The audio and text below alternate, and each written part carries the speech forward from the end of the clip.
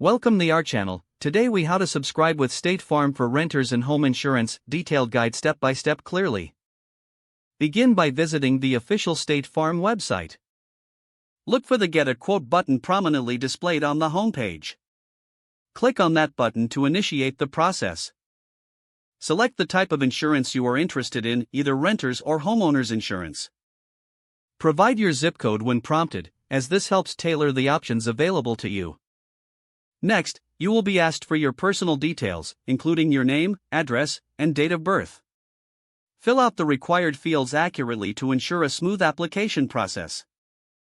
After entering your personal information, answer questions regarding your insurance needs.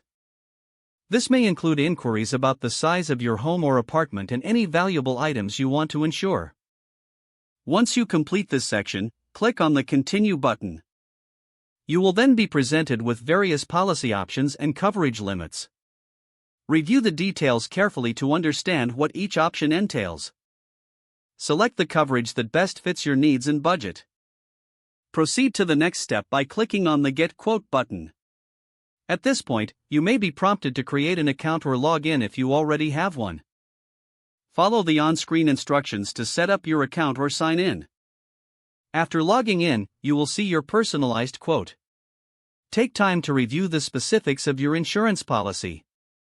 If you are satisfied with your quote, click on Proceed to Checkout.